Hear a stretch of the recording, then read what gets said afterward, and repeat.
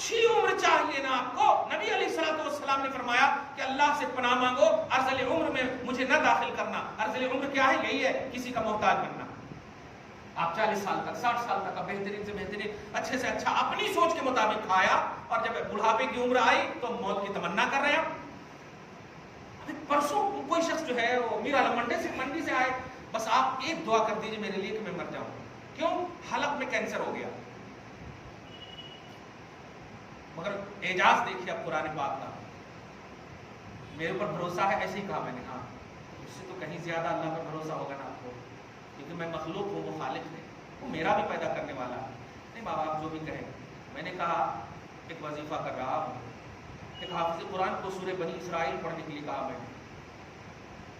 میں نے بس یہی سوچا, بس لا مقام ہے مکین بنا دیا مصطفیٰ کو, امپاسبل کو پاسبل کر دیا مولا. یہ بندہ تو جب نہیں تھا تو کہہ سکتے تھے امپاسبل, یہ تو ہے, نئے ہوئے سے کو تو نے ہونا کیا, عالم عدم میں تھا وجود بخشا. یہ تو چھوٹی سی بیماری ہے اور تو بہت بڑا ہے, یہ بیماری ختم نہیں کر سکتا. عیسیٰ علیہ السلام خالی ہاتھ رکھ دے تو ختم. ہم تو عیسیٰ کے نبی کی امت میں ہے, نبی الانبیاء, نبی سارے نبیوں کے سب سے بڑے نبی کی امت میں ہے. ان کے وسیلے سے تو بیماری ختم نہیں کرے گا. دوسرے دن پھر وہ جا کر کے ڈاکٹر نے کہا یہ کیا چمتکار ہو گیا, کیا چمتکار ہو گیا. جو انسان منہ نہیں کھول سک رہا تھا اب وہ متلی بھی کر رہا ہے, کھانا بھی کھا رہا ہے, سب کچھ ہو رہا ہے الحمدللہ. اپنی بات کی, اپنے حیدرآباد کی بات کر رہا. آپ اسے یہ ایک پیر صاحب کی منزل نہیں لیجیے گا کہ حضرت بہت پہنچے ہوئے. نہیں, ایمان, اللہ کے کلام پر بھروسہ.